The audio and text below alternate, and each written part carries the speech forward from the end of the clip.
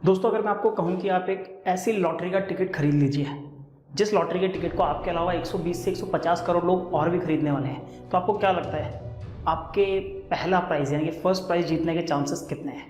नमस्कार दोस्तों, मेरा नाम है तरुण सिंह और दोस्तों आज हम बात करेंगे एक ऐसे सीरियस और सेंसिटिव टॉपिक की जिसके बारे में बहुत कम बात की जाती है, बट ये टॉपिक बहुत ही सीरियस होता जा रहा है समय के साथ। दोस्तों आज हम बात करेंगे suicidal tendencies among young peoples, यानी कि नौजवान लोगों के अंदर बढ़ती हुई आत्महत्या की प्रवृत्ति के बारे में। दोस्तों आप देख रहे होंगे कि टाइम के साथ धीरे धीरे लोगों का पेशेंस लेवल कम होता जा रहा है। लोग बहुत जल्दी उकता जाते हैं चीज़ों से, बहुत जल्दी परेशान होने लग जाते हैं, छोटी छोटी चीज़ों से अफेक्ट होने लग जाते हैं और कई बार कुछ लोग बहुत गलत स्टेप उठा लेते हैं, यानी कि सुसाइड कमिट कर लेते हैं। और अगर हम फैक्ट्स की बात करें कि अगर इंडिया लेवल पे या ग्लोबल लेवल पे किस तरीके से या कितने नंबर में लोग सुसाइड कर रहे हैं, तो आपको जान के हैरानी होगी कि अकेले इंडिया में 1,35,000 से ज़्यादा लोग सुसाइड कर लेते हैं हर साल। वहीं अगर ग्लोबल नंबर्स की बात की जाए तो 8 लाख से भी ज़्यादा लोग हर साल सुसाइड कर रहे हैं। और दोस्तों अगर इंडिया की बात करें इस रेट के बढ़ने की, तो आपको सुन के अजीब लगेगा कि 1988 के आसपास जो सुसाइडल रेट्स थी इंडिया की, वो करीब 7.9% के आसपास थी अमंग 1 लाख पीपल्स, जो कि अब बढ़ के करीब 10.3 या 10.4% हो चुकी है अमंग 1 लाख पीपल्स। तो दोस्तों ये जो टेंडेंसी है, ये जो प्रवृत्ति है, टाइम के साथ धीरे धीरे बढ़ती जा रही है और ये बहुत ही खतरनाक है हमारे देश के लिए भी और ग्लोबली भी। और जो सुसाइड करने के पीछे का जो मुख्य वजह है वो डिफरेंट रीजंस है दोस्तों। फाइनेंशियल रीजंस भी होते हैं, रिलेशनशिप रीजंस होते हैं, आप कह सकते हैं कई बार करियर प्रॉब्लम्स होती हैं, कई बार फैमिली इश्यूज होते हैं, कई बार आपको एग्जामिनेशंस इशू होते हैं यार कि आपकी स्टडीज़ से रिलेटेड इश्यूज़ होते हैं, मतलब बहुत डिफरेंट इश्यूज़ हैं। बट एक आइडिया लगाने से बेहतर है कि हम इस बारे में विकीपीडिया से समझने की कोशिश करें कि एक्चुअल में किन किन रीजंस की वजह से सुसाइड हो रहा है। दोस्तों अगर causes for suicide in India in 2014 की बात करें तो देखिए इसमें बताया है कि बैंक करप्सी की वजह से करीब 2,308 सुसाइड्स होते हैं हर साल। मैरिज रिलेटेड इश्यूज़ की वजह से 6,773 सुसाइड्स हो रहे हैं। नॉन सेटलमेंट ऑफ मैरिज की वजह से 1096 यानी कि 1,096 सुसाइड्स हो रहे हैं। डॉवरी रिलेटेड इश्यूज यानी कि दहेज की कुप्रथा की वजह से 2,261 सुसाइड्स हो रहे हैं। एक्स्ट्रा मैरिटल अफेयर्स की वजह से 476 सुसाइड्स हो रहे हैं। डाइवोर्स की वजह से 333 सुसाइड्स हो रहे हैं।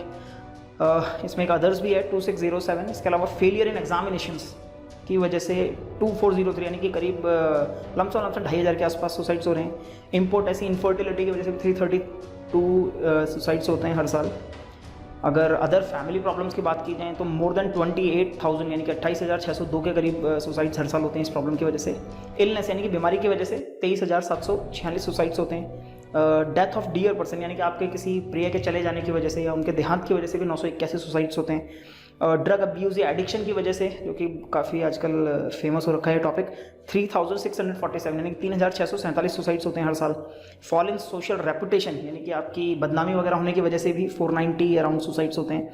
आइडियोलॉजिकल कॉज की अगर बात करें, हीरो वर्शिप 56 सुसाइड्स हैं। लव अफेयर्स की वजह से 4,168 सुसाइड्स हैं। पोवर्टी यानी गरीबी की वजह से 1,699 सुसाइड्स होते हैं हर साल। अनएम्प्लॉयमेंट यानी बेरोजगारी की वजह से 2,207 सुसाइड्स होते हैं। प्रॉपर्टी डिस्प्यूट यानी कि ज़मीन जायदाद के विवाद की वजह से भी 1,000 से ज़्यादा लोग सुसाइड करते हैं। सस्पेक्ट इलिसिट रिलेशन 458 सुसाइड्स होते हैं। फिजिकल अब्यूज़ की वजह से 74 सुसाइड्स होते हैं। प्रोफेशनल करियर प्रॉब्लम से रिलेटेड 903 सुसाइड्स होते हैं। और 16,264 नंबर तो एक ऐसा है जिसका तो पता ही नहीं है कि सुसाइड आखिर हो क्यों रहा है। और इसके अलावा अदर कॉजेज़ में करीब 35,432 सुसाइड्स हो रहे हैं। तो दोस्तों ये जो डेटा है ये है 2014 का, यानी कि ये वो रीज़न्स हैं या ये वो वजह हैं जिनकी वजह से लोग सुसाइड्स कर रहे हैं।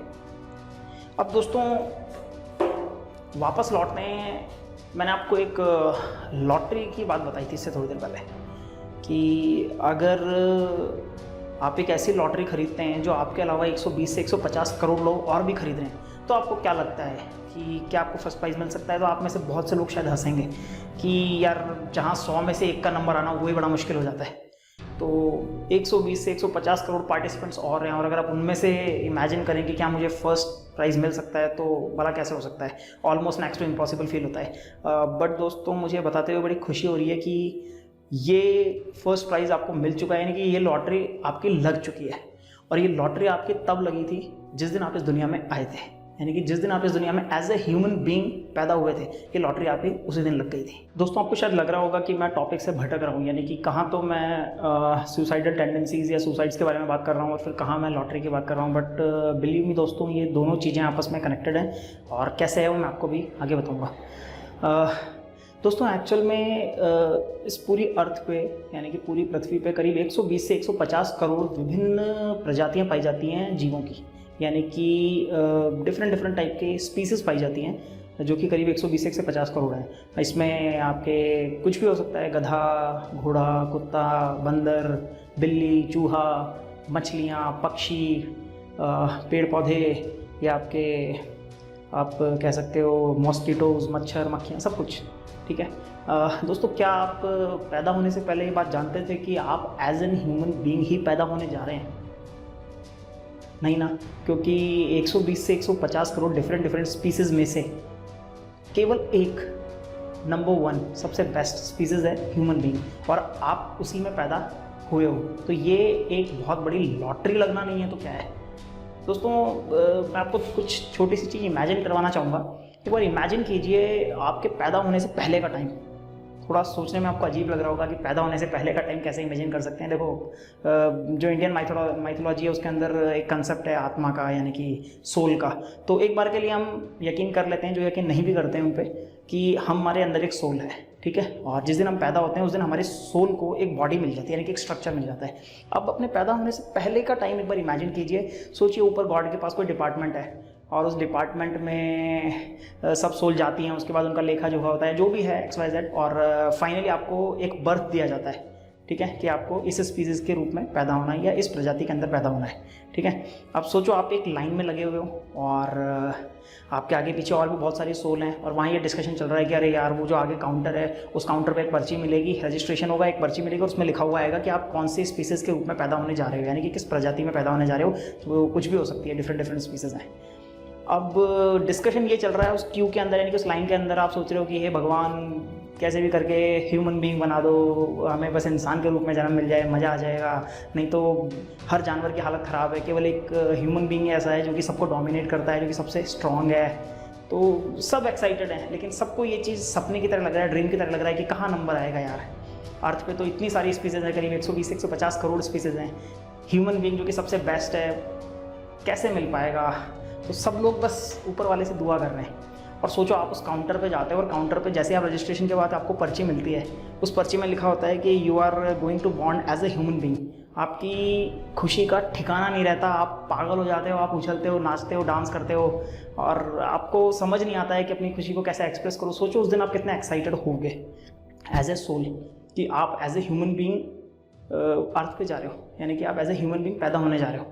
और इतनी खुशी, और सोचो दोस्तों इतनी बड़ी लॉटरी को जो आपकी लगी है एज ए ह्यूमन बीइंग पैदा होने की, और आप कुछ नंबर्स के लिए या कोई रिलेशनशिप में प्रॉब्लम की वजह से, या किसी लड़की ने ब्रेकअप कर लिया, या सपोज़ आपके मार्क्स कम आ गए, या आपको करियर से रिलेटेड इश्यूज़ आ रहे हैं, या जॉब नहीं लग पा रही है, या कोई हेल्थ प्रॉब्लम है, आप इस लाइफ को ख़राब कर लेते हो। इतनी बड़ी लॉटरी, फर्स्ट प्राइज़ को आप ऐसे ही फेंक देते हो। दोस्तों एक बार इमेजिन करके देखो, सोचो अगर आपको भगवान एज एन ह्यूमन बीइंग पैदा नहीं करता, तो डेफिनेट सी बात है कि आप किसी दूसरी स्पीसीज़ में पैदा होते, हो सकता है आप कोई गाय होते, भैंस होते, कोई जानवर होते, ठीक है। तो सोचो आपकी लाइफ कितनी कॉम्प्लिकेटेड होती। आपको ये नहीं पता कि आपको खाना मिल पाएगा नहीं मिल पाएगा, ठीक है, कौन जानवर आके आपको खा जाएगा, आपको ये नहीं पता है। लाइफ के आप कुछ प्रेडिक्ट ही नहीं कर सकते लाइफ में। आपने सबने मेरे ख्याल में डिस्कवरी या नेशनल ज्योग्राफिक तो देखा ही होगा, जिसमें कोई भी विल्ड बिस्ट होता है, या कोई इम्पाला, या कोई डियर, या कोई भी अलग अलग ज़ेब्रा। जब सोचो वो एक पॉन्ड के पास पानी पीने जा रहा है, और वहीं पॉन्ड से थोड़ी दूर पे एक झाड़ियों में एक शेर छुपा हुआ है, ठीक है, और पॉन्ड के अंदर एक मगरमच्छ है जो कि घात लगा के बैठा है कि जैसे आप पानी पीने आओगे आपको दबोच लूँगा।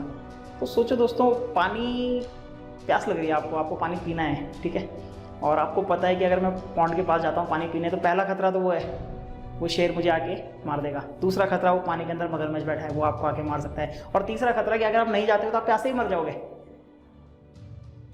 तो दोस्तों, इतने खतरे होने के बावजूद भी जानवर अपनी लाइफ को फुल्ली जीते हैं। आपने क्या कभी किसी जानवर को सुसाइड करते हुए देखा है? कि वो टेंशन में आ जाएगा, अरे यार मेरी तो लाइफ ही बेकार है, मैं ना तो पानी पी पा रहा हूँ, उधर शेर का खतरा, इधर मगरमच्छ का खतरा, ये लोग मुझे खा जाएंगे, मुझे पता नहीं है मेरी लाइफ कितनी चलेगी कितनी नहीं। आपने क्या कभी किसी जानवर को सुसाइड करते हुए देखा है? बिल्कुल नहीं देखा होगा। तो सोचो दोस्तों, एक जानवर की डेली लाइफ इतनी कॉम्प्लिकेटेड होती है, इतनी रिस्की होती है, उसे ये नहीं पता होता कि वो अगले पल शायद मारा जा सकता है, तो भी वो अपनी ज़िंदगी के लिए अपनी लास्ट सांस तक लड़ता है। कई बार आपने ऐसे वीडियोस देखे होंगे कि किसी बछड़े को इस तरफ से शेरों ने पकड़ लिया है, उधर से मगरमच्छ ने पकड़ रखा है, और फिर भी वो लड़ रहा है हमसे अपनी ज़िंदगी के लिए, और आखिरकार वो कई बार तो बच के निकल भी जाता है। दोस्तों, जब वो जानवर होकर अगर अपनी ज़िंदगी के लिए लड़ाई लड़ सकता है, तो हम इंसान होकर लड़ना क्यों भूल जाते हैं? और दोस्तों, ये एक सबसे बड़ी प्रॉब्लम है कि हम लोगों को, इंसानों को थोड़ा सा डिफरेंट तरीके से डिज़ाइन किया है ऊपर वाले ने। एक्चुअल में क्या है कि जितने भी ह्यूमन बींग्स हैं, इंसान हैं, हम लोग जानवरों से कुछ इस वजह से अलग हैं क्योंकि जो हमारे दिमाग के अंदर एक हिस्सा पाया जाता है जिसे बोलते हैं सेरेब्रल कॉर्टेक्स। और ये सेरेब्रल कॉर्टेक्स एक ऐसा हिस्सा होता है दिमाग का जो कि रिस्पॉन्सिबल होता है सोचने के लिए, समझने के लिए, एक तरह से कंपेयर करने के लिए चीज़ों को, ठीक है। तो ये जो हिस्सा होता है, यही वो हिस्सा होता है जो बाकी जानवरों से ज़्यादा बड़ा होता है हमारे दिमाग में, और इसी की वजह से हम उनसे ज़्यादा उन्नत होते हैं, यानी कि उनसे ज़्यादा एडवांस हो पाते हैं। और दोस्तों, यहीं से ही प्रॉब्लम शुरू होती है, यानी कि ये सेरेब्रल कॉर्टेक्स की वजह से इंसान इतना स्ट्रांग हो जाता है या इतना अपने आप को अपग्रेडेड महसूस करता है कि उसे लगता है कि उसे सब कुछ मिलना ही चाहिए। यानी कि वो दुनिया में सब कुछ पाना चाहता है, कभी कुछ खोना नहीं चाहता। वो चाहता है कि हमेशा उसे सुख मिले, दुख ना मिले। लेकिन दोस्तों, हम लोग भूल जाते हैं कि हमारे बड़े बुजुर्गों ने एक बात कही है कि सुख और दुख एक सिक्के के ही दो पहलू हैं। यानी कि सुख आएगा तो उसके बाद दुख आएगा ही आएगा। आप इस साइकिल से बच नहीं सकते। इवन आप, मैं, कोई भी इस दुनिया में हो चाहे, वो इस साइकिल से कभी बच नहीं सकता है। लेकिन हम लोग ये चीज़ भूल जाते हैं। और दोस्तों, सबसे अजीब बात यह है कि हम किसी चीज़ के ना प्राप्त होने पे, यानी कि ऐसी चीज़ जिसे हम चाहते हैं और वो हमें नहीं मिली, तो हम उस चीज़ का नुकसान कर लेते हैं जो कि इन सब चीज़ों से बहुत ज़्यादा महंगी है। दोस्तों, एक छोटी सी स्टोरी से मैं आपको एक चीज़ समझाता हूँ। एक बार एक ट्रेन में एक 16-17 साल का लड़का अपने फादर के साथ सफ़र कर रहा होता है। अब ट्रेन को स्टेशन से आगे चले हुए करीब 1-1.5 घंटा हुआ होता है, और वो जो लड़का है वो विंडो सीट पे बैठा होता है और खिड़की के बाहर वो सब कुछ देख रहा होता है। कभी वो पहाड़ को देख के चिल्लाता है कि वाह पिताजी देखो कितना ऊंचा पहाड़। कभी वो नदी के लिए बोलता है कि अरे वाह कितनी सुंदर नदी बह रही है। कभी वो खेतों को देख के बोलता है वाह कितने सुंदर खेत हैं। कभी जंगलों को देख के बोलता है कि कितने प्यारे जंगल हैं। और उसकी इन हरकतों को बार बार देखने की वजह से या काफ़ी देर से सुनने की वजह से आसपास के लोग परेशान हो जाते हैं। तो उनमें से एक व्यक्ति उस लड़के के पिताजी से बोलता है कि भाई साहब, मुझे आपसे थोड़ी सी संवेदना है, लेकिन प्लीज़ आप अपने बच्चे को किसी हॉस्पिटल में दिखाइए।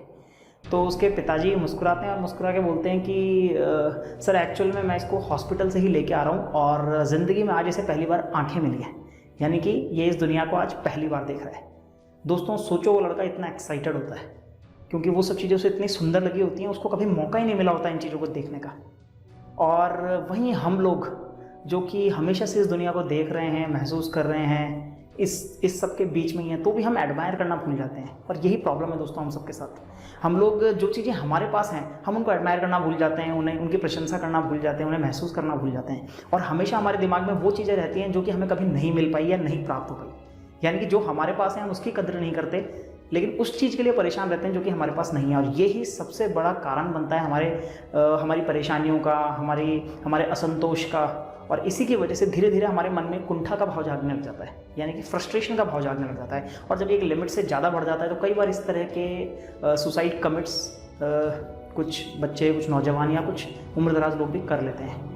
तो दोस्तों, कहने का मतलब ये है कि भगवान ने जो आपको दिया है, यानी कि आपकी ह्यूमन बॉडी, दुनिया में कोई भी चीज़ इससे महंगी नहीं है। सबसे पहली बात तो आप ये समझ लो। आप खुद बताओ दोस्तों मुझे, अगर इस दुनिया का सबसे अमीर आदमी आपको ये कहे कि वो अपनी सारी दौलत आपके नाम कर देगा, लेकिन आपको अपनी दोनों आंखें उसे देनी पड़ेंगी, तो क्या आप दे सकते हो? इसी तरीके से अगर कोई व्यक्ति आपको कहे कि वो अपनी आधी दौलत आपके नाम कर देगा, आप उसे अपने दोनों टांगे दे दो या अपने दोनों हाथ दे दो, क्या आप ऐसा कर सकते हो? जी नहीं, हम में से कोई भी कभी भी ऐसा नहीं कर पाएगा।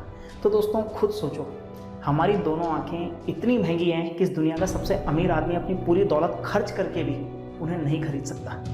तो किसी भी छोटी सी चीज़ के ना मिलने पर या किसी छोटी खुशी के आपसे दूर हो जाने पर आप इस पूरी ह्यूमन बॉडी को डिस्ट्रॉय कर देते हो, केवल इसलिए कि आपको शायद कुछ मार्क्स कम मिलें, या किसी लड़की ने आपसे ब्रेकअप कर लिया है, या आपकी फैमिली इश्यूज़ हैं, आपको नौकरी नहीं मिल पाई है, या आपके साथ फाइनेंशियल प्रॉब्लम है, या कुछ भी। दोस्तों, कितनी भी बड़ी प्रॉब्लम हो, उस जानवर से ज़्यादा बड़ी नहीं हो सकती जो डेली अपनी ज़िंदगी के लिए संघर्ष कर रहा है, वो फिर भी लड़ रहा है।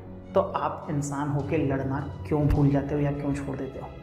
दोस्तों, मेरी आप सबसे रिक्वेस्ट है, इस वीडियो को ज़्यादा से ज़्यादा शेयर करो, और ख़ास तौर पे अगर आपको कभी भी लगे कि आपका कोई दोस्त, आपका कोई साथी या आपका कोई जान पहचान वाला अगर लगे कि वो परेशान है, वो चिंता में है, उसके साथ कोई प्रॉब्लम चल रही है, तो प्लीज़ उसे ये वीडियो ज़रूर दिखाएं, और प्लीज़ इस वीडियो को लाइक भी करें जिससे कि ज़्यादा से ज़्यादा लोगों तक पहुँच पाए। और मेरी आप सबसे रिक्वेस्ट है कि इस चीज़ का ध्यान रखें कि लाइफ में अगर आपके आसपास कोई इस तरह का व्यक्ति है तो उसके पास जाएँ, उससे मिलें, उसे बातें करें, उसे ये सब चीज़ें समझाएँ, उसे समझाएं कि उसके पास कितना कुछ है और उन चीज़ों के लिए उसे कभी परेशान नहीं होना चाहिए जो उसके पास नहीं है। तो दोस्तों, फाइनली मैं केवल इस लाइन के साथ इस पूरे वीडियो को क्लोज़ करना चाहूँगा कि just admire the things which you are having and don't worry about the things which you are not having. धन्यवाद दोस्तों, जय हिंद, जय भारत।